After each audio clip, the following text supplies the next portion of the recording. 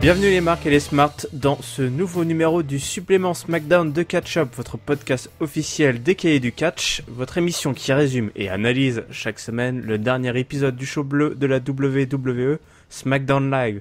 Je suis Yerem et ce soir, je suis accompagné de deux prestigieux chroniqueurs, Raphaël, salut Rafa. Oui, salut, bonsoir. Et l'amiral Armbar, salut amiral. Salut tout le monde, j'espère que tout va bien. Ouais, j'espère que tout va bien de votre côté également. Je suis ravi de vous avoir au supplément. Ça nous bouscule nos petites habitudes là avec Giscal. On a eu Ringside la semaine dernière. On vous a tous les deux ce soir, donc j'espère que vous allez bien kiffer ce supplément SmackDown. C'est bien. Il faut bousculer un peu la routine, là, vous avez bien raison. Ouais, c'est clair, moi c'est mon premier supplément SmackDown, donc plutôt content d'être là pour parler un peu des autres catcheurs qu'on ne parle pas à Raw, donc voilà, ça va être cool de pouvoir faire ça avec vous. Eh ben écoute, je suis impatient d'avoir vos avis sur ce qui s'est passé le 13 décembre, quelque part aux États-Unis. Je n'ai pas réussi à retrouver où c'était. Donc, c'est à Washington DC. Ah, je savais que j'avais eu raison de t'inviter. Voilà, Merci, alors amiral. je ne ferai pas comme Ringside, je ne vous raconterai pas quelle est la spécialité de Washington ou une anecdote sur Washington. Ça c'est Blood Ringside, moi je rappelle juste où sont les villes, donc c'était Washington DC pour ce SmackDown. Alors, au menu de ce soir, deux matchs pour déterminer des nouveaux prétendants aux ceintures. On a également eu un match de championnat féminin booké le soir même. Natalya qui continue de clamer son innocence. Et attention, mesdames et messieurs, Luke Harper est dans un des deux matchs de First Contender. Ce soir, il s'est passé pas mal de choses assez incroyables, notamment concernant le gros Luke. Alors, ce numéro a bien commencé, puisque bonne nouvelle, James Ellsworth est malade, et donc ne pourra pas catcher ce soir. Il a un gros rhume, l'ami James, donc on ne le reverra pas d'ici la fin de SmackDown. Il est congédié par Daniel Bryan, donc qui l'invite à rentrer chez lui. On va enchaîner, si vous le voulez bien, avec le premier combat qui avait lieu ce soir, qui est pas forcément le plus intéressant, puisqu'il opposait Carmella à Natalya, comme vous le savez malheureusement, Carmella, Natalya et Nikki Bella sont dans une rivalité croisée à base de c'est pas moi qui t'ai attaqué, je suis ta meilleure amie, on se connaît depuis 15 ans, jamais je pourrais faire ça. Donc on avait un match entre Carmella, la princesse de Staten Island, et Natalya. Voilà, un match de piètre qualité, dirons-nous, avec Nikki Bella au commentaire. Natalya qui aura passé une bonne partie de l'avant-match et de l'après-match et même du match à clamer à Nikki qui était juste à côté qu'elle était innocente. Ce n'est pas moi qui t'ai attaqué. Donc voilà, donc les deux s'affrontent, sa bataille dure, voilà, on se retrouve au sol, Natalya donc à un moment prend le dessus sur Carmella, elle place quelques souplesses tout en continuant de hurler que Carmella est une grosse menteuse, c'est pas moi, c'est elle. Carmella donc se rebiffe, elle sort son arsenal, elle crie beaucoup, Carmella est une catcheuse qu'on entend, comme certaines tennis woman à Roland Garros. Bronco Buster de Carmella qui tente le tomber, mais ça va 1 et 2. Ensuite Carmella place un body scissors, mais Natalya s'en échappe. Elle commence à vouloir placer une prise de l'ours, notre Natalya, notre Canadienne. Elle tente de placer donc le fameux sharpshooter qu'on connaît très bien, mais Carmella s'en échappe. Puis voilà, on arrive malheureusement au côté peut-être un peu le moins cool de ce SmackDown. C'est Nikki et Natalya qui s'embrouillent un petit peu, et Natalya donc crie après Nikki, c'est pas moi, et évidemment elle se fait surprendre par Carmella sur un bon roll-up des familles, ou un petit paquet comme on dit maintenant, pour pas, voilà, c'est la nouvelle ère. Donc victoire de Carmella sur Natalya dans un match qui aura quand même duré 9 minutes, c'est pas rien. Et voilà, et on se termine là-dessus avec Nikki qui est toujours perdue à chercher qui l'a attaqué, et Natalya qui s'en défend bien. Donc messieurs, qu'est-ce que vous avez pensé de ça ?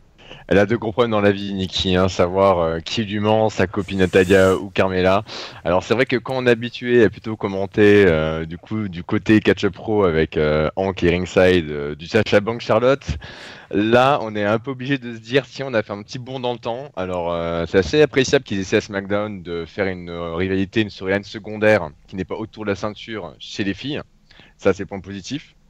Par contre, voilà, l'intrigue, savoir qui attaquait Nikki dans les backstage, c'est franchement ras des pâquerettes. Et puis voilà, comme tu dis, finir sur un petit paquet au relève des familles, bah, c'est chiant, quoi. On n'a plus envie de voir ça avec les femmes, donc ça serait bien de passer à autre chose. Et ce qui concerne le segment d'ouverture, bon bah la semaine dernière, le match AJ Styles, James Ellsworth s'est reporté parce que Styles est blessé à la cheville. Là, James Ellsworth a un rhume. Ok, alors est-ce que c'est derrière backstage une façon de reporter le match parce que Styles n'est pas encore clear de remonter ce ring avec sa blessure, on sait pas, mais en tous les cas, bon bah à voir. Je sais pas trop où ils vont avec ça avec James Ellsworth, quoi. Je suis un peu sceptique. Bon alors, et toi, Rafa, est-ce que tu as déjà trouvé qui tu vas envoyer à Perplexity dès cette première séquence? Non, parce que c'est pas une séquence où j'ai pas de perplexité. Je vais encore pas réussir à lire. Je suis pas trop perplexe parce que j'en attendais pas grand-chose et ouais, c'est pas très intéressant tout ça. J'aime pas du tout Nikki en face en fait. Autant à l'époque où elle jouait la championne hyper bitchy, détestable, on sentait qu'elle avait un peu ça dans la peau, mais là en jeune demoiselle éplorée qui veut savoir qui a bien pu être aussi méchante pour l'attaquer dans le dos, je la trouve pas très intéressante. Natalia, bon, si on fait le fil de toutes les storylines pourries qu'elle a eu dans sa carrière, je pense qu'il y a de quoi faire. Et là, c'est pas très intéressant. Ah bah justement, hein, je crois qu'un DVD est prévu. Même 3 ou 4 DVD sont prévus sur Natalia et ses storylines de merde. Dont sa gimmick du P, hein. Voilà, ça rappellera oui. la gimmick du Prout, c'était des grands moments de Natalia. Alors quand même, c'est une des rares catcheuses de l'ancienne génération, on va dire, avant l'arrivée en masse des filles de la NXT, à avoir un niveau dans le ring qui est quand même super plus que respectable, quoi, Natalia, quoi. C'est dommage que jamais ils aient pu vraiment exploiter son talent catchesque en l'abreuvant de storyline quand même à la con, quoi. C'est un peu lamentable pour quand même la grande catcheuse qu'elle est. C'est dommage. Je sais pas si elle est hyper second degré et qu'elle accepte tout ce qu'on lui propose, mais c'est vrai que si on regarde entre les storylines à la con, effectivement, où elle avait l'air ridicule avec le Great Khali ou je sais pas quoi, ou parce qu'elle aussi niveau turn, elle en a fait pas mal, hein, toutes les coups dans le dos qu'elle a fait à Becky Lynch récemment ou à d'autres. Ouais, c'est clair. Mais je pense qu'elle a un petit côté un peu concon, j'imagine, parce que elle parle souvent dans les gimmicks de son chien, des photos de son chien. Ah, c'est un chat, je crois. Un chat, j'en ai un chat aussi. Ouais, un chat. Eh ben, il y a vraiment son chat qui a un compte Instagram, un truc comme ça. Ah c'est ce qu'on disait la dernière fois. Effectivement, enfin, moi, comme tu dis, hein, j'ai du mal à savoir quelle est la frontière entre est-ce qu'elle est vraiment comme ça ou enfin, effectivement, elle se plie assez volontiers à des gimmicks de merde. Bon. Bah, passons, messieurs. J'espère que vous allez être plus enthousiaste avec ce qui va suivre, puisque on avait un match ce soir assez particulier de First Contender, puisqu'il s'agissait d'une battle royale pour donc les tag teams. Donc voilà, hein, comme vous le savez, la Wyatt Family est la championne en titre, hein, et donc il faut déterminer de nouveaux prétendants puisque Heath Slater et Rhino ont déjà usé de leur carte du rematch. Donc ce soir, Heath Slater et Rhino, les American Alpha, les Eyebrows, Fabrice comme on les appelle une fois sur deux, les vaudevillains et The Ascension donc vont s'affronter. Donc la règle est assez particulière puisqu'il faut que les deux membres d'une équipe soient éliminés pour que l'équipe entière le soit, hein. Donc vous pouvez tout à fait vous faire éliminer en début de la bataille royale et gagner malgré tout si votre petit camarade est le dernier sur le ring. C'est plutôt original, hein, puisque visiblement c'est pas quelque chose qu'on voit très très souvent. Petite chose à noter, effectivement, l'absence des Usos, hein, visiblement, un des deux frangins est blessé hein, dans le Talking Smack qui suit. Ils étaient invités et effectivement, un des deux frangins a mal à la cheville. Alors, un match pas forcément très intéressant sur le ring, mais assez original sur les éliminations, j'ai trouvé. Simon Gotch, hein, je sais pas s'il paye toujours le botch qui avait coûté quasiment la vie à Enzo Amore il y a quelques mois de ça, mais il se fait éliminer prestamment. Cash. Ça n'aura pas duré très longtemps. Sentence, bim. C'est quelque chose qui revient assez souvent dès qu'il est impliqué. Donc après sa bataille, hein, ces grosses broules des familles, hein, évidemment. Voilà, certaines équipes se forment hein, en fonction des opportunités. Et à ce moment-là, donc on a. Alors, est-ce que c'est à ce moment-là que Chad Gable se fait éliminer? Oui, je crois que c'est à ce moment-là que Chad Gable se fait éliminer par un membre des Ascension, je crois, Victor ou Connor, je ne sais plus. Donc la grosse surprise, Slater. C'est Connor, ouais. C'est Connor, ce gros Connor. Slater ensuite, malheureusement, élimine son vieux copain Rhino, hein, en pensant bien faire. On tisse toujours hein, cette histoire de dissension entre les deux. À ce moment-là, donc ensuite, donc il reste English, Mojo Rawley, Fandango.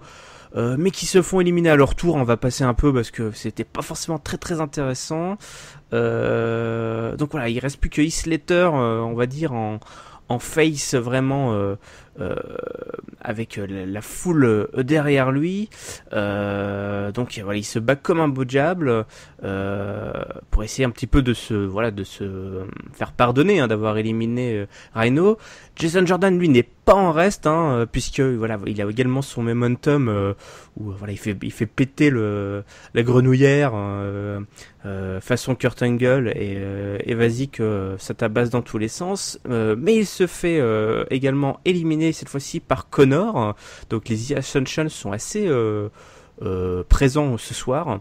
Donc il reste plus que Tyler Breeze, Connor et Zack Ryder à ce moment-là. Évidemment, Breeze et Connor hein, se sont mis d'accord, hein, en entente parfaite entre les deux heels pour tabasser les faces qui restaient. Évidemment, l'un des deux va vouloir en profiter, se retourner contre son partenaire d'un soir. Malheureusement, il s'agit à ce moment-là de Tyler Breeze qui tente très très rapidement et très vaguement de se retourner contre Connor. Ça ne fonctionne pas. On a l'impression qu'il a même pas eu envie en fait. Il a juste posé les mains sur les épaules de Connor. Il a même pas essayé de pousser en fait. Il s'est rendu compte de sa connerie au moment où il l'a fait. Malheureusement, c'était trop tard. Connor s'est bien aperçu de la tentative de trahison du membre de la Fashion Police, hein, et donc Connor élimine Breeze. Il ne reste donc plus que Connor et Zack Ryder. Zack Ryder donc qui est chaud bouillant. Il élimine Connor qui passe par-dessus la troisième corde alors que Zack Ryder était également prêt à tomber. Donc voilà, victoire des Hype Bros dans un match qui aura duré presque 15 minutes avec des éliminations assez originales, et donc les Hype Bros qui normalement à ce moment-là sont qualifiés pour aller affronter la Wyatt Family, hein, mais il se passe un truc un peu étrange à ce moment-là. En effet, Zack Ryder se tord particulièrement de douleur. Et Mojo Rawley, alors lui qui évidemment arrive en courant parce qu'il s'est fait éliminer, hein, mais comme je vous le rappelle, l'équipe a gagné. Il veut célébrer la victoire avec son vieux copain, mais on voit que Zack Ryder tire la langue. Et mauvaise nouvelle, hein, flash forward, là on a appris récemment que Zack Ryder avait passé une IRM et va visiblement se faire opérer. Peut-être alors qu'il est, peut-être là au moment où l'on parle, il se fait opérer, on ne sait pas, hein, peut-être que nous sommes en train de parler de quelque chose qui se produit. Je suis en direct de la chambre d'hôpital où Zack Ryder se fait opérer. Amiral en direct de l'hôpital de Los Angeles, the Los Angeles Hospital. On est comme ça à catch-up, on a des moyens maintenant. Bon alors, j'étais toujours sous la main. Alors, Dr Armbar, qu'en est-il de ce match-là, de cette bataille royale? Qu'en as-tu pensé? Alors, t'as bien résumé dans le sens, c'est pas le truc le plus intéressant de la nuit ni de la TR4 hein, c'est clair, c'est un match bordel, il y a 12 hommes sur le ring dès le départ, donc forcément c'est un peu compliqué. Après, comme tu l'as dit aussi, ces éliminations qui sont intéressantes. Le truc qu'on voit, c'est que les American Alpha, les deux, Gable et Jordan, se sont fait éliminer par l'Ascension, donc par Connor et Victor, donc pourquoi pas teaser une future feud mineure entre les deux équipes, why not? Ça peut faire sens. Slater qui élimine Rhino par erreur, bah, encore une fois, ça a fait avancer leur storyline pour une dissension. Donc ça voilà. Donc il faut avancer peut-être une ou deux histoires, on sait pas, ce qui est pas trop mal. Les Hebros, ben Paris manqué, hein, c'est dommage pour Zack Ryder qui à chaque fois, il semble dès qu'il semble avoir un petit push, il y a quelque chose qui se passe. Soit c'est seulement pour une nuit, soit il se blesse. Donc j'espère que pour lui que ça va pas être très grave. Et après pour continuer ce que tu disais, ben visiblement les Usos au Talkie Smack juste après SmackDown ont dit à Brian, ben écoute, t'as qu'à nous mettre en contender face à Wyatt Family, on est plus crédible pour aller contre eux. Donc, est-ce que c'est les Usos qui vont être un direct contre la Wyatt ou pas, on verra. Mais il faut qu'ils décident bientôt. Eh ben, l'honneur est sauf. On va réussir à échapper aux Eyebrows en First Contenders. Ah, donc tu te réjouis de la blessure de Zack Ryder. Ah, c'est salaud, ouais, c'est vrai, c'est vraiment salaud. C'est bien, c'est ça l'esprit supplément SmackDown, bravo. Ouais, c'est ça. Non, ouais. Heel, ça. C'est un beau truc de heel, de se réjouir de la blessure de Zack Ryder, le pauvre Zack qui trime depuis des années. Ouais. Heureusement que Giskel n'est pas là pour t'entendre, hein, sinon ça serait mort. C'est vrai, le pauvre Zack. Mais bon, en même temps, sinon, il aurait sûrement encaissé une bonne Sister Abigail dans les dents. Ouais, le match était... c'était le bordel. Moi, déjà, j'ai pas du tout aimé parce que j'aime bien quand même les vaudevillains, donc j'ai pas du tout aimé le squash de Simon Gotch et Aiden English a pas non plus été très présent. Effectivement, l'ascension a été un peu plus impressionnante. Breezango, il tire leur épingle du jeu un petit peu. Bon, ils ont fait exprès, je pense, de faire cette élimination rapide des American Alpha. Ça faisait le côté les favoris qui sortent assez vite. Oui, moi j'ai un truc qui m'a assez surpris. J'ai l'impression que même quand ils étaient tous ensemble, il y avait très peu d'alliance d'équipe en fait. C'était un peu chacun tapé dans son coin sur quelqu'un d'autre. Ouais, c'est un peu ça. Ouais. Comme je le disais, effectivement, il s'est pas passé grand-chose entre les cordes en soi. C'est vraiment pendant les éliminations où il y avait vraiment les spots intéressants. Tu as raison de le ressouligner. Non mais en termes de cohérence, hein, ce que tu dis, c'est très juste. C'est qu'à un moment donné, tu es en équipe, t'as plutôt intérêt à rester côte à côte pendant un match comme ça, pour pouvoir effectivement empêcher ton pote de se faire sortir et éliminer les mecs à deux. Et il y a a priori quasiment aucune équipe, voire aucune équipe, qu'on se sont dit tiens, si on bossait ensemble, vu qu'on est une équipe, ça peut faire sens. C'est une sorte de brawl généralisé, pas très très beau, non? Et du coup, ouais, moi je suis pas très très fan des Eyebrows, enfin, je suis surtout pas fan de Mojo Rawley, mais ça je vais le répéter à chaque fois que je serai à SmackDown. Donc, mais pourtant j'aime bien Zack Ryder, donc ça m'emmerde un peu pour lui, mais c'est vrai que bon, je les aurais pas vus très légitimes là comme équipe, ils se seraient fait bouffer par les Wyatt, c'est sûr. Après Slater et Rhino, moi je suis un peu triste en fait. Déjà ils ont commencé à être ensemble en se mettant d'abord sur la gueule, puis c'est Rhino qui a accepté d'être le partenaire de Slater. C'était tellement un momentum un peu, tu sais, ces moments qui peuvent pas être écrits des mois à l'avance, mais qui ont été faits par rapport aux réactions du public et au succès de Slater, que j'ai pas trop envie de les voir se mettre sur la gueule, finir par feuder l'un contre l'autre. Je préférerais qu'ils se séparent, mais un peu une rupture à l'amiable, quoi. Bah là, écoute, il n'est pas trop tard pour ça, hein, même si oui. On se dirige plutôt, enfin, les bookers nous ont plutôt habitués à faire feuder effectivement les anciens partenaires, voilà, à créer des rivalités à partir de ça. Mais je suis d'accord avec toi, ça pourrait être sympa de les voir s'allier de temps à autre. Voilà, il y a des hauts, il y a des bas, comme une amitié un peu. Je suis pas d'accord. D'accord, tu veux qu'ils se foutent sur la tronche. ouais, je vais expliquer pourquoi. Non à l'amitié. Ouais, l'amitié, ça craint, c'est naze. Il y a que celle de Chris Jericho et de Kevin Owens qui compte quand l'amitié. Le reste, c'est feu de paille. Non, c'est pour Heath Slater en fait, c'est pour sa carrière. S'ils restent potes les deux, et si Heath Slater à mon nez bouge vers une carrière solo, il n'aura pas d'ennemis déjà désignés. Alors que s'il part en feud contre Rhino, avec qui ils étaient ensemble champions par équipe, le premier champion SmackDown, et qu'il y a un combat entre les deux, et qu'il y a une storyline, et que ça arrive plusieurs affrontements, et que Slater réussit à sortir victorieux contre Rhino, qui est quand même un adversaire reconnu comme étant assez fort dans le milieu de carte, mais assez fort, ça peut faire un petit tremplin à Slater pour une carrière solo et peut-être continuer sur le petit push qu'il a depuis son trip depuis le Brand Split en fait. Donc je pense que c'est capitalisé sur Slater que de les faire se feuder entre eux, et bien sûr il faut que Slater gagne après et continuer de pusher, peut-être aller titiller une ceinture intercontinentale, pourquoi pas, du moins feuder contre Miz à ce propos. Bon, l'amiral, on a bien compris, hein, c'est l'argent et la gloire plutôt que l'amitié. Ouais. Il y a un moment, faut choisir. Non, mais Rhino, il est sur la fin de sa carrière. Il est là pour mettre up et over des gens plus jeunes que lui. Donc là, je pense qu'il y a une bonne opération à faire pour cette heure. Ouais. C'est la première fois, là, en 3 mois et 4 mois, il a fait plus de choses qu'en 5 ans, 6 ans à WWE. Donc il faut continuer dans ce sens, je pense. C'est vrai aussi. Il est irrationnel, notre ami l'amiral. Ah, mais il a une vision sur 5 ans, voilà, sur un quinquennat complet. Il y a peut-être quelque chose à faire à ce niveau-là. Il a un programme, lui. J'ai entendu dire qu'ici à SmackDown, c'était le pays des opportunités. Ben voilà, non l'opportunité à 7 heures de commencer une carrière solo.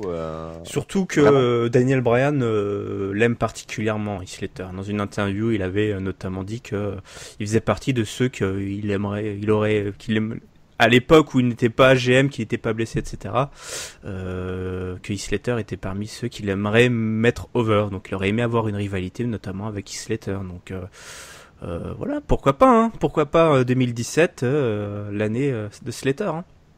Oui, bon. Ça aurait été crédible, cette histoire. Daniel Bryan qui feud pour mettre over Heath Slater.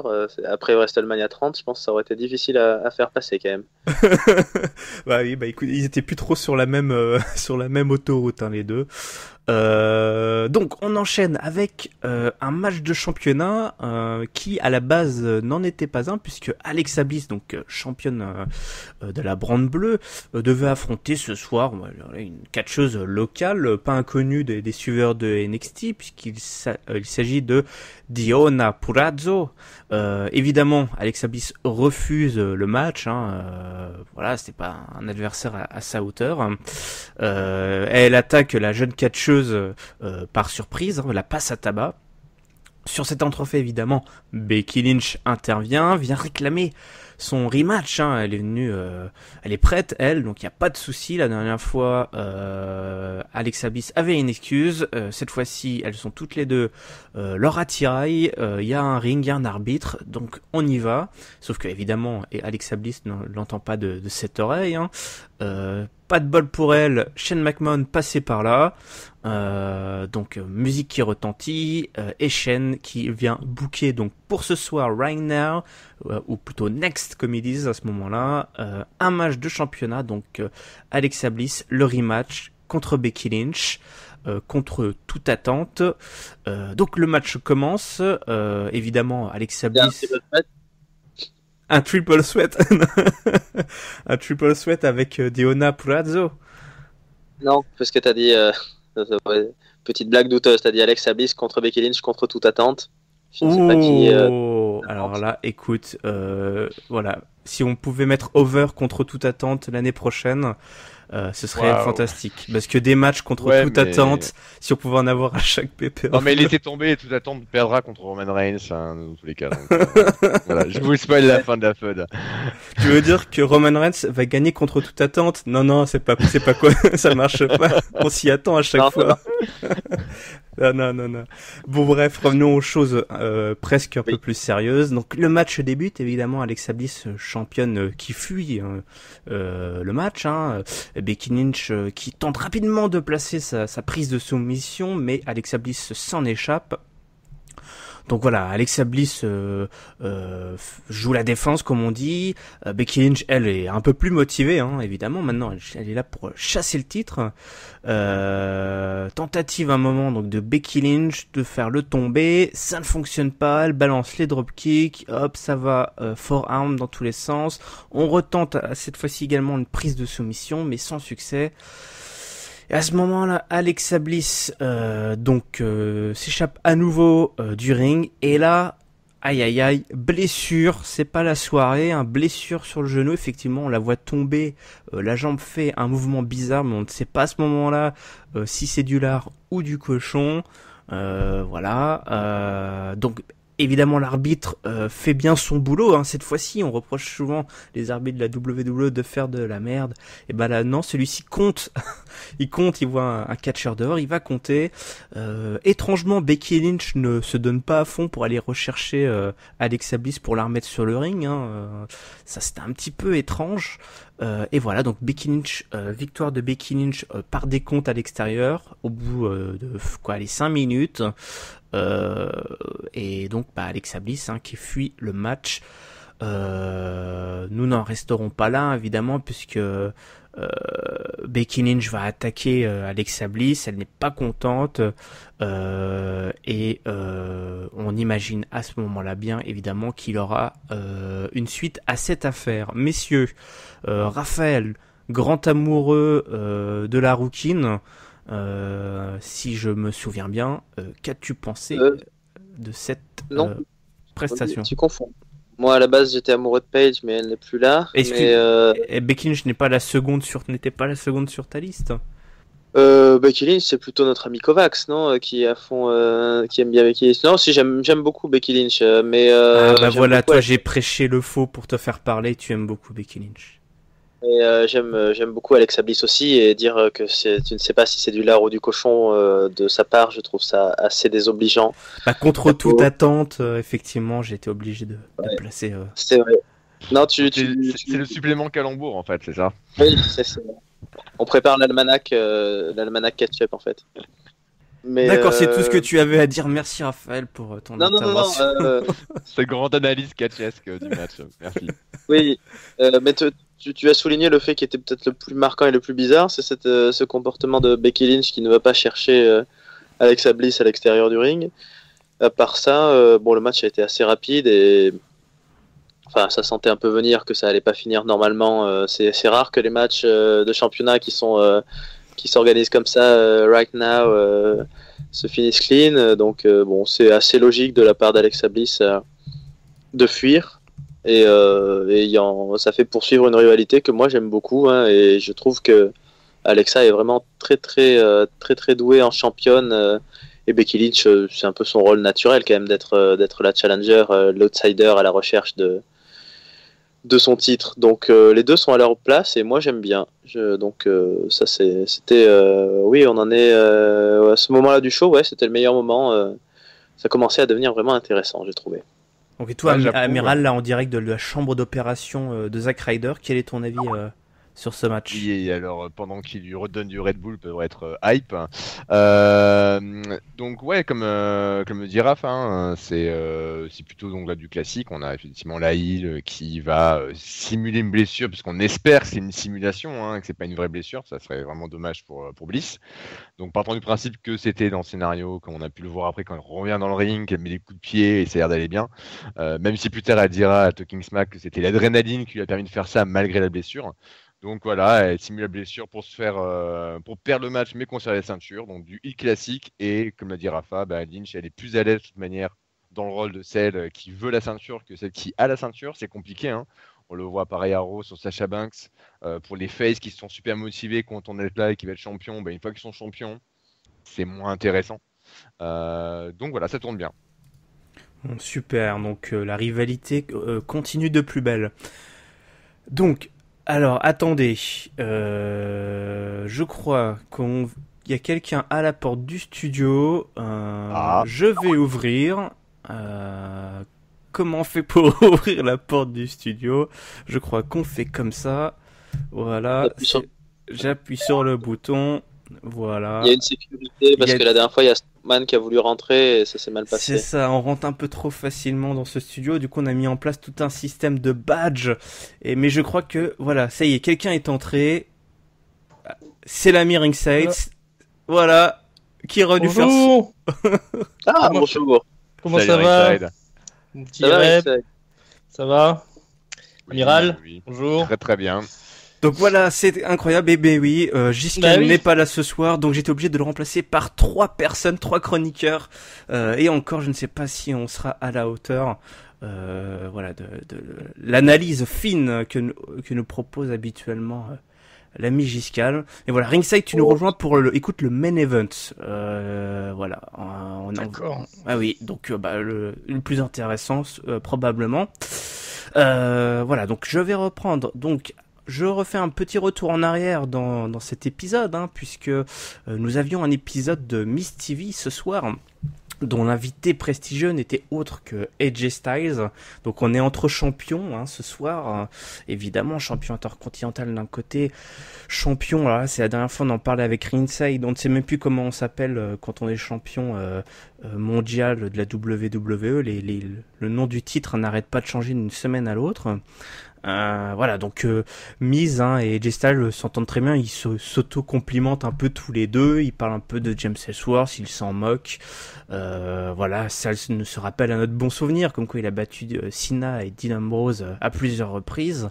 Donc il reste plus grand monde, et qu'il est le plus grand champion à SmackDown. Évidemment, Miz, il tique un petit peu, il a sa fierté personnelle, et il commence à me dire que lui avait mis le titre intercontinental a un statut légendaire, et qu'il est peut-être un petit peu quand même au-dessus de AJ Styles, il le sous-entend, donc on tease un petit peu cette rivalité entre les deux.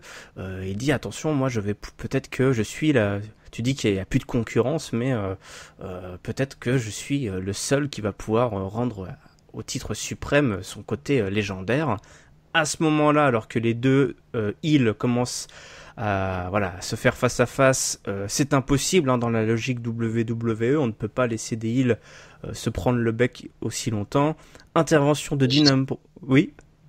Giscal, il a dû rien comprendre là, j'ai eu peur qu'il surchauffe. Oui, non mais effectivement à ce moment-là, je t'avoue que moi-même j'étais un petit peu on raisonne pas comme lui. Tout chamboulé, mais effectivement, je pense que c'est peut-être la raison pour laquelle Giscal n'est pas là ce soir. Il n'a toujours pas compris, je veux dire, ce qui s'était passé ce soir-là, pourquoi deux heels ne s'aiment pas. Donc voilà, arrivée de Dean Ambrose et de Ziggler, donc Giscal à mon avis à ce moment-là a repris connaissance, il a compris ce qui se passait, et donc le Miz s'en prend à Ziggler, il lui place son Skull Crushing Finale, Dean Ambrose place son Dirty Deeds sur Ziggler, AJ Styles en profite pour fuir, et à ce moment-là il se passe quelque chose d'étrange. On se dit bon on a deux heels, deux face. Ça sentait bon le tag team player, l'ombre de comment s'appelait-il déjà, mince, voilà, de Teddy Long, merci Rafa, plane au-dessus de SmackDown ce soir. Et ben non, les lumières s'éteignent et qui apparaît? Luke Harper, seul, voilà, avec son Marcel, il arrive et il tabasse Dean Ambrose, on ne sait pas pourquoi. Seul avec son Marcel. J'aime bien l'image. Contre toute attente, on ne savait pas si c'était du lard ou du cochon. Voilà, il vient faire le ménage. Et alors, à ce moment-là, on annonce qu'il va y avoir un match de First Contender entre Dean Ambrose, le Miz, Dolph Ziggler et donc Luke Harper. Je vais enchaîner donc sur le match, on parlera de tout ça d'un seul tenant. Ce soir donc AJ Styles à ce moment-là est au commentaire, puisqu'il est spectateur d'un match très important pour lui, puisque c'est un match qui va déterminer un First Contender pour un match de championnat qui je crois aura lieu un 27 décembre, donc bon. Voilà, ce sera lors d'un weekly.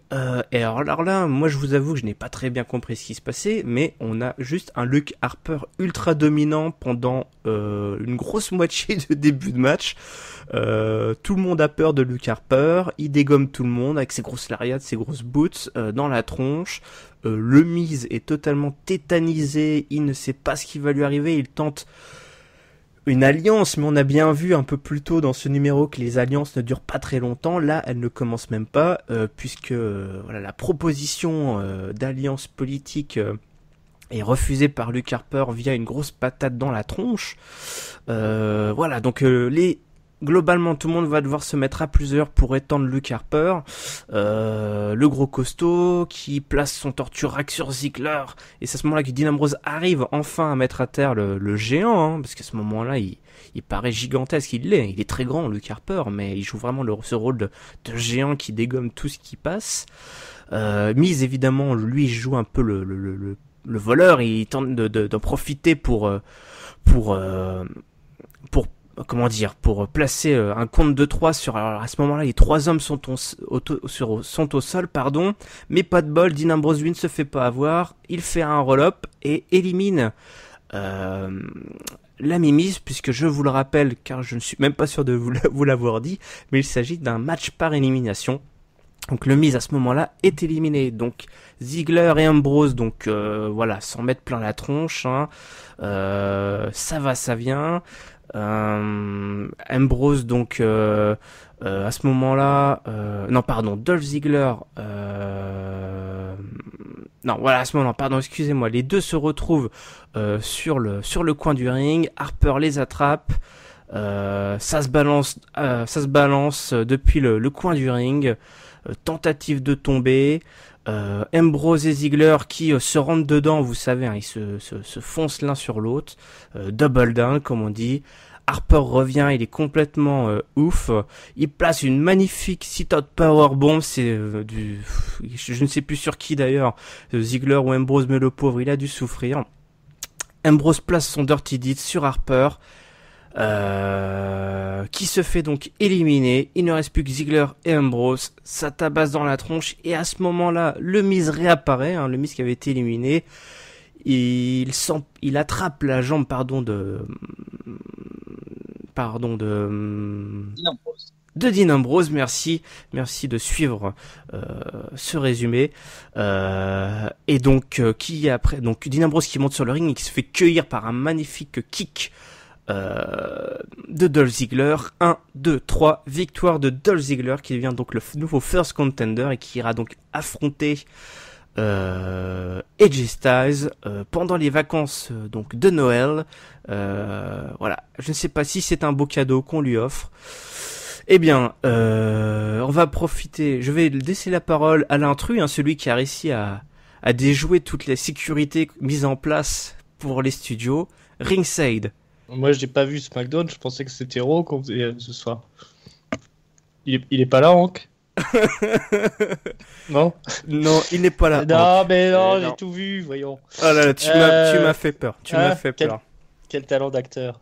Ouais, là j'avoue, ce moment de flottement là qu'il y a eu. T'as senti le malaise? Il a bien. Non mais en fait, je l'ai pas vu le main event. Tu nous rappelles à de trop mauvais souvenirs. Les heures sombres de ce podcast. Les heures sombres de ce podcast. Non, je plaisante. Depuis le numéro 30, nous regardons les épisodes que nous commentons. C'est ça. On essaie toujours. De se professionnaliser un petit peu.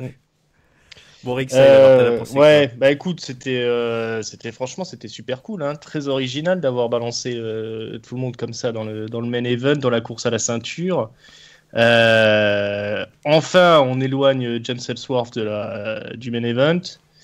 Et puis Luke Harper qui est enfin booké comme un géant, un mec qui fait peur, un mec qui est violent, destructeur.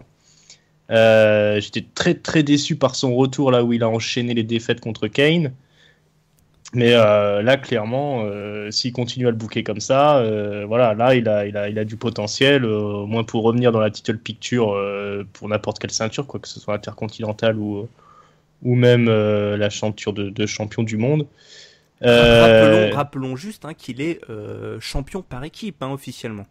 Ah ouais, théoriquement. Alors ouais, du coup ça ils ont pas abordé la question. Non, il n'est pas venu avec les ceintures. Ouais. Il y a eu beaucoup d'absents. Moi je l'ai entendu.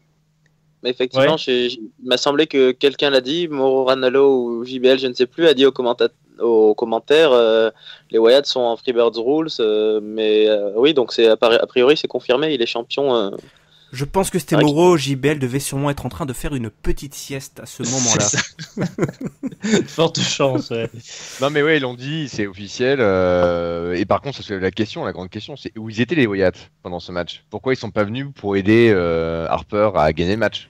Écoute, il fallait booker bien fort Luke Harper. Donc Non mais ça, pas de problème, qu'il le book fort et c'est d'ailleurs surprenant et tant mieux. Mais pourquoi sur un moment du match, les Wyatt, qui sont les teammates, les partenaires de Luke Harper, ils sont une famille plus qu'une équipe, sont pas venus afin d'aider à gagner ce match? Tu soulèves un point intéressant, on n'en sait pas plus effectivement sur la motivation de Luke Harper. Hein. Mais oui. Moi ça me choque pas, on sent que Luke Harper il est un peu trop en odeur de sainteté, là il veut faire ses preuves, il veut prouver un peu à son gourou qu'il a encore un rôle, parce que Orton c'est un peu là le nouveau jouet de Bray Wyatt, donc il est un peu plus avec, donc il veut montrer qu'il est encore là. C'est le buzz de l'éclair de SmackDown, voilà, de la Wyatt family. Alors que Luke Harper Harper, c'est le vieux Woody. Voilà. Vous arrivez à faire une analogie entre Toy Story et les Wyatt Family quand même. Vous vous rendez compte la différence, le contraste entre les deux, entre Toy Story et les Wyatt Family. Écoute, heureusement, je crois qu'ils n'écoutent pas le podcast, donc nous ne risquons rien. J'espère. Après, en plus le match était vraiment super cool du début à la fin, et puis ça fait plaisir de voir Ziggler à nouveau dans la course aussi pour le titre, même s'il a peu de chances de gagner. Encore, on sait pas trop, parce qu'il y a quand même pas mal de surprises ces derniers temps. Et je pense que AJ Styles contre Ziggler, ça risque de faire un sacré match. Donc ça, ça donne que du bon là. Moi, j'ai rien à redire sur ce qui a été fait là ce soir. Ouais, surtout pour Ziggler, c'est vrai qu'après la feud très sympa qu'il a fait avec le Miz ces derniers mois, on se demandait ok, est-ce que ça allait être comme d'habitude, il a un push vers quelque chose qui retombe un peu comme un soufflet juste derrière, donc là le fait de le mettre dans ce match-là pour les contenders au titre WWE mondial et le faire gagner, même si on se dit qu'on ne voit pas prendre la ceinture AJ Styles, objectivement, c'est quand même sympa de continuer vers ça, et comme le dit Damien Ringside, c'est clair qu'un match AJ Styles, Dolph Ziggler avec du temps donné en main event, un pay-per-view, moi je regarde. Alors moi j'ai plusieurs petites choses à dire. Oula, alors... Ouais, déjà, c'est vrai qu'on est tous très contents de ne pas voir James Ellsworth ce soir, je pense. Cela dit, le scénario là me paraît d'une platitude, on dirait qu'ils ont fait ça en 10 minutes, donc le mec a un rhume. Bon, déjà, ok. Ensuite, le mec a un rhume, donc ils se disent vite, il nous faut un nouveau number one contender pour le 27 décembre. Alors, un rhume qui dure 3 semaines, c'est quand même vachement violent, parce que je vois pas pourquoi il fallait vite déterminer un nouveau number one contender là pour SmackDown. Bon, passons. Bon, disons que la physionomie de James Ellsworth laisse à penser qu'un simple rhume pourrait l'emporter vers l'au-delà. Oui, il n'a pas de mâchoire, il n'a pas de menton. Un rhume, ça peut être dramatique pour lui. Même vers l'infini et au-delà. C'est vrai, oui. On dirait un peu qu'il a la grippe de toute façon depuis le début, qu'il est apparu à la... Peut-être il est malade. Et que là, elle a empiré. Ça se voit. Ouais, mais passé ce petit détail, effectivement, l'affiche était vraiment bien cool. C'était vraiment chouette de voir Luke Harper dominant. J'ai cru un instant qu'ils allaient nous faire un peu le coup classique du mec qui est hyper fort, hyper dominant et qui se fait sortir en premier par les autres. Ça n'a pas été le cas. Le Miz se fait sortir en premier assez logiquement vu le match. Le seul truc qui me dérange un peu, c'est cette intervention du Miz à la fin qui tease visiblement une feud qui va continuer avec Dean Ambrose pour le titre intercontinental. L'affiche en elle-même, la feud me paraît intéressante à construire niveau entre les deux. C'est juste que le mec a été éliminé, il part et puis d'un coup il revient. Là, un peu gâché la fin du match. Mais sinon, c'était quand même chouette. Et Ziggler, après avoir joué contre Dean Ambrose déjà pour le titre mondial il y a quelques mois, le coup du c'est ma dernière chance de faire quelque chose de bien, puis de l'avoir fait face aux Miz plusieurs fois, j'espère que là ils vont pas nous refaire le coup du mec qui joue sa dernière chance pour le main event, parce que ça ferait beaucoup. Finalement, il a pas tant une si mauvaise carrière que ça. Dolph, il est tout le temps soit champion, soit number one contender là, à SmackDown ces derniers temps. Oui, mais ça va faire ça va faire une très belle affiche. AJ Styles et Dolph Ziggler, il y a moyen que ça envoie du pâté. Donc beau main event et fin logique, et donc ça m'a plu. Bon là du coup on a carrément un beau carré d'as là qui s'est décidé en termes de main eventer, puisque les rivalités sont un peu croisées entre le Miz, Ziggler, AJ Styles et Dean Ambrose, le carré d'as, les 4 main eventers, hein, comme peut-être nous messieurs ce soir. Hein, voilà, on trust Je crois qu'on est plutôt comme les 4 commentateurs de SmackDown, plutôt que comme les 4 main eventers. J'avoue, peut-être Phillips, voilà, Ringside, Voilà. Todd Phillips qui vient s'incruster, on se demande ce qu'il fait là. Exactement. Faut réussir à en placer une, ce qui n'est pas évident quand on est 4. Effectivement, on comprend un peu mieux pourquoi JBL a le temps de faire des siestes. Messieurs, Oh my god, I love it. messieurs, ça va être le mot de la fin. Hein. C'était un peu le mot du début pour l'ami Ringside, mais c'est également le mot de la fin. Donc votre top, votre flop et votre note. Et on va commencer par l'ami Ringside. Alors, mon top, je crois que je vais mettre Luke Harper. Parce que, voilà, moi je suis content qu'ils le bookent comme ça. Alors, j'espère que ce ne sera pas un one-shot. J'espère qu'ils vont continuer un peu sur cette lancée. Parce que ils ont du mal à booker quand même des grands mecs balèzes comme ça ces derniers temps. Je comprends pas pourquoi, parce que c'est assez simple à faire. Et là, ils ont réussi le coup avec Braun Strowman à Raw. Et s'ils continuent comme ça avec Luke Harper, c'est bien barré. Donc voilà, j'espère que ça continuera comme ça. Et mon flop, donc j'étais pas là pour en parler, j'espère que vous n'avez pas passé trop de temps dessus, c'est les Carmella contre Natalya, qui était un match vraiment pas terrible, même si Natalya elle fait des belles souplesses, hein, ça c'est clair, mais voilà, les caméras étaient tout le temps sur Nikki Bella qui était au bord du ring, c'était assez horrible à regarder, hein, je trouvais que finalement. Donc ça, je trouve que c'est vraiment nul. Et puis l'autre flop, ça va être la blessure du pauvre Zack Ryder. Ah, carrément 2 flops. Ouais, le mec, et comment on fait On est 4 et il met 2 flops. Ouais, Okay. Je mets 2 flops. Enfin, c'est plus voilà. C'est un mec négatif, Ringside, c'est pour ça. Et donc ta note, alors, du coup, pour sanctionner tout ça? Pour sanctionner, on va mettre un bon. Alors, il n'y a pas de tout que j'ai aimé dans le show. Hein. Je vais mettre à 3,5. Ouh, écoute, c'est déjà beaucoup plus que la dernière fois que tu étais invité au supplément SmackDown. Donc, on progresse. Amiral, c'est à toi. Ton top, ton flop et ta note. Ouais, mon top, ça va être Ziggler, donc comme on disait, la poursuite de son push, hein, qui est vraiment, vraiment agréable à voir. Donc ça, c'est cool. Mon flop, ça va être un segment backstage, on n'a pas parlé parce que c'était inutile, entre Apollo Crews et une star de la semaine qui vient, et qui se chauffe avec le Miz et Maryse. Voilà, les segments de stars, je veux pas les voir, je veux plus les voir. C'était qui le mec en plus? Je sais pas, c'est un comique, un chanteur qui porte des chemises hawaïennes, on n'en sait rien, on peut pas savoir en fait qui c'est ce mec. Donc des segments comme ça, c'est naze, et de voir Apollo Crews relégué à des segments de stars locales, de célébrités à la con backstage, ça fait mal. Donc ok, remettre Dean Ambrose face au Miz, sachant qu'ils ont déjà feudé en juin dernier, hein, quand Ambrose était champion de WWE et le Miz déjà champion intercontinental. Pourquoi pas, parce qu'il faut faire un truc d'Ambrose, mais plutôt que de mettre Apollo Crews dans les backstage comme ça, peut-être le repackager et l'envoyer vers un titre intercontinental contre le Miz, ça pourrait être plus intéressant. Voilà, et ma note, je vais mettre un 3.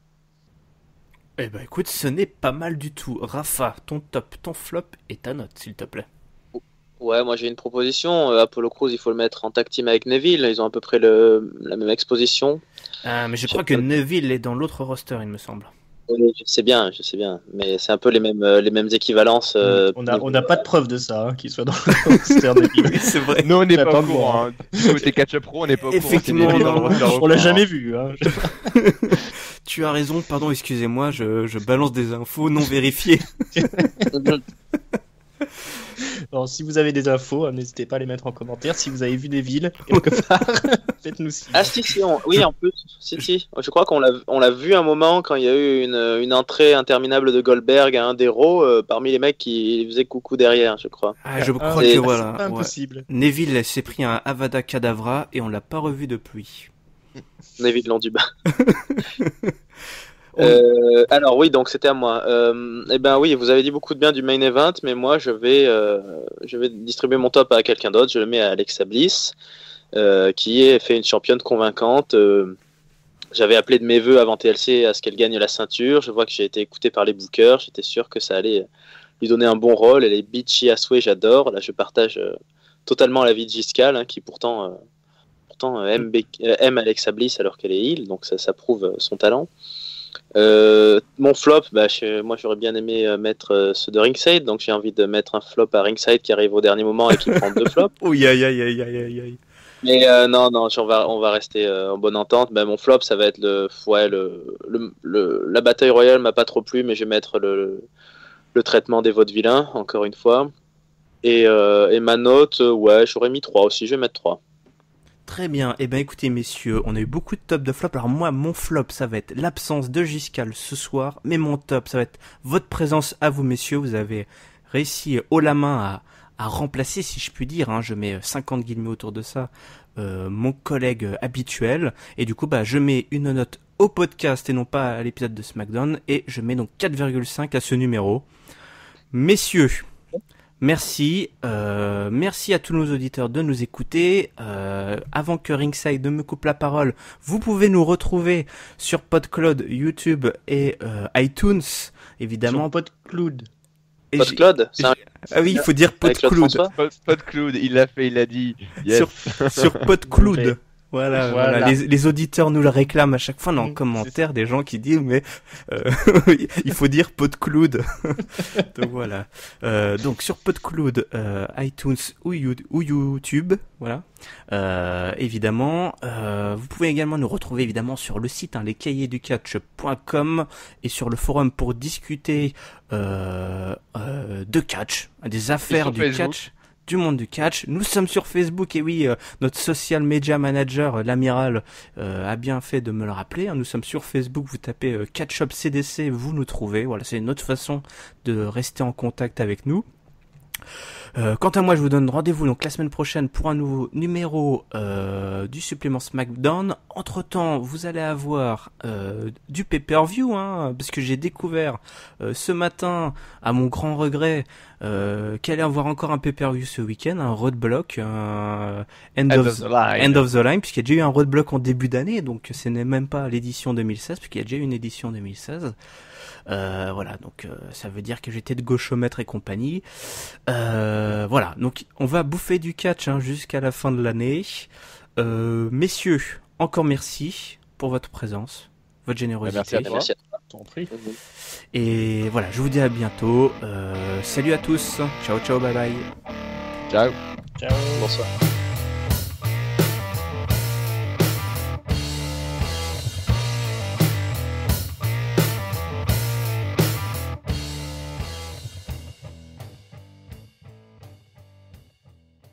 Et on n'a pas parlé de Cena. Du retour de John Cena, non, parce que Ouais. et Giscard n'étant pas là, On peut pas parler de Cena. C'est chasse gardée. c'est chasse gardée. Il a mis son veto. Il m'a dit, écoute, j'accepte d'être remplacé par au moins 3 personnes, mais vous ne parlez pas de John Cena. Je veux la primeur de la news. Donc officiellement, personne n'est au courant.